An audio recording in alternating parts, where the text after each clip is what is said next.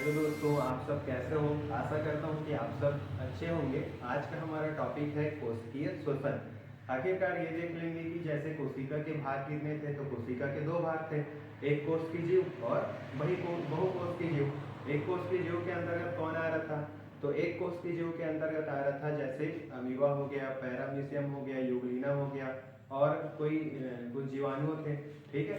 और जैसे बहुकोश के जीव के अंतर्गत आएगा कौन, जैसे मानव है, पशु है, भेड़ है, बकरी है, कुत्ता है, बिल्ली है।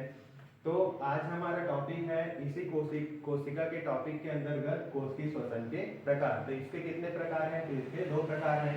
एक होगा ऑक्सीजन की उपस्थिति में और एक होगा ऑक्सीजन की अनुपस्थिति में। और ऑक्सीजन की जो अनुपस्थिति है उसको भी दो भाग में बांट कर देखेंगे।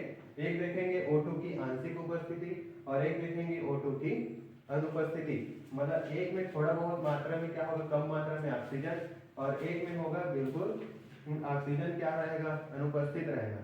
तो वायु श्वसन क्या है, तो जैसे आप लोग जानते हो कि हमारे पाचन तंत्र के माध्यम से जो यहाँ पर विलाई होता है, इलियम वाले भाग, छोटी आंत के तीसरा भाग इलियम वाले भाग में जो दीर्घ या विलाई होता है वो खनिज लवण, विटामिन, कार्बोहाइड्रेट, वसा, प्रोटीन को चूस कर कहाँ भेजता है, हमारे पूरे शरीर में।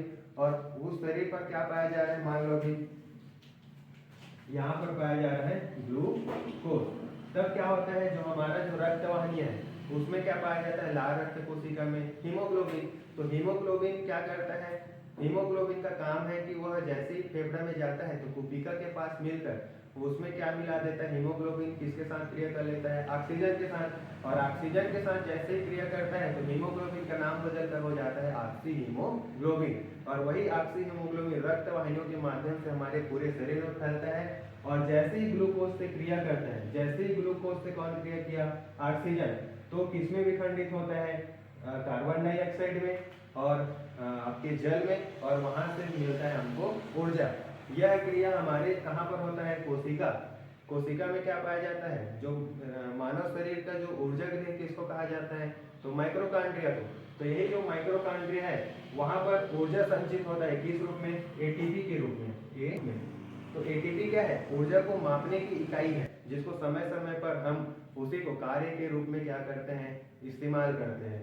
तो होगा क्या, अब दूसरा नंबर पढ़ लेते हैं अवायवीय श्वसन। इसमें क्या होता होगा, इसमें ऑक्सीजन की क्या होगा, एक पढ़ लेते हैं O2 की, जब ऑक्सीजन की मात्रा जब क्या हो, कम हो, जब हम श्वसन क्रिया करते हैं तो उससे क्या लेते हैं, जो ऑक्सीजन श्रमित वायु है उसको अंदर लेते हैं और कार्बन डाइऑक्साइड श्रमित वायु है उसको कहाँ फेंकते हैं, बाहर।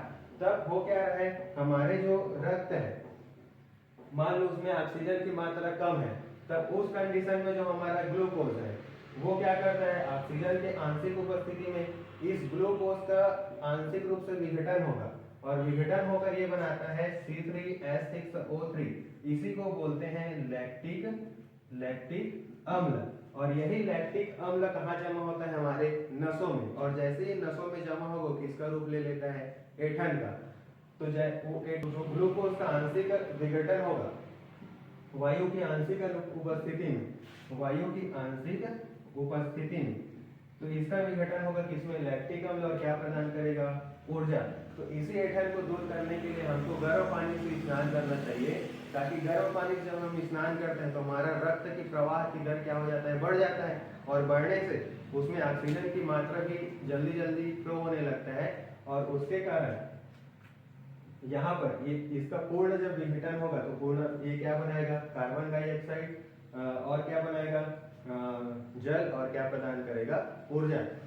तो ये अक्सर किसके शरीर में देखा जाता है, जैसे कोई बहुत दौड़ने वाला है, धावक है, और कोई निरंतर व्यायाम करता हो, साइकिल चलाता हो, तो कठिन परिश्रम करने वाले लोगों में ये एठन जैसी जो संरचना पाई जाती है उन्हीं इंसानों में पाई जाती है। ऐसा इसलिए होता है क्योंकि आप जल्दी जल्दी जैसे जैसे काम करोगे आपको थकान का महसूस होता है। जैसे आप दौड़ के आ रहे हो तो आप क्या करोगे, हाँफने लगोगे, और हाँफने लगोगे मतलब आपको ऊर्जा को वहां पर क्या है, अत्यधिक मात्रा में जरूरत है।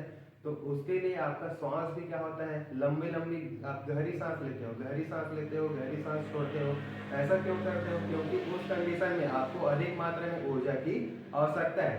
तो जितना अधिक मात्रा में आपको ऑक्सीजन मिलेगा उतना जल्दी जल्दी आपके ग्लूकोज का क्या होगा, विघटन होगा, और तो आपको उतनी अधिक मात्रा में क्या मिल पाएगा, ऊर्जा। तो यही जब ऑक्सीजन की कमी होता है तो वो उसका आंशिक विघटन होता है, किसका, ग्लूकोज का, और किसमें टूटता है वो, लैक्टिक अम्ल में। अब हम बात कर लेते हैं जब ऑक्सीजन की क्या हो, अनुपस्थित हो। कई कोशिकाएं ऐसी है जो क्या काम करता है, ऑक्सीजन की अनुपस्थिति में अपना श्वसन क्रिया करता है। जैसे क्या करेगा, जो ग्लूकोज है वो ऑक्सीजन की अनुपस्थिति में क्या बनाता है, जो आपका एथेनॉल है, मतलब जो शराब बनता है वो किसकी उपस्थिति में बनता है, ईस्ट की उपस्थिति में बनता है। मान लो मैं क्या ले लिया, मैं ले लेता हूँ गुड़, और गुड़ में क्या मिला दिया, ईस्ट। अब उसको मैं क्या करूँगा, गर्म करूँगा। गर्म करूँगा कैसे, पूर्णतः उसको क्या करूँगा, उस पात्र को पूर्णतः मैं बंद करूँगा, और बंद करने से क्या होगा, उसमें ऑक्सीजन जा पाएगा, क्या नहीं जा पाएगा। तो वो ऑक्सीजन की अनुपस्थिति में ईस्ट मिलने से, ईस्ट एक प्रकार की एक कोष की जीवाणु है जो अपनी उपस्थिति में इस ग्लूकोज को किसमें बदलता है, एथेनॉल में, और क्या बनाएगा, कार्बन डाइऑक्साइड, और क्या प्रदान करता है, ऊर्जा। इस तरह से आज हमने समझ लिया कोशिका श्वसन के प्रकार के बारे में।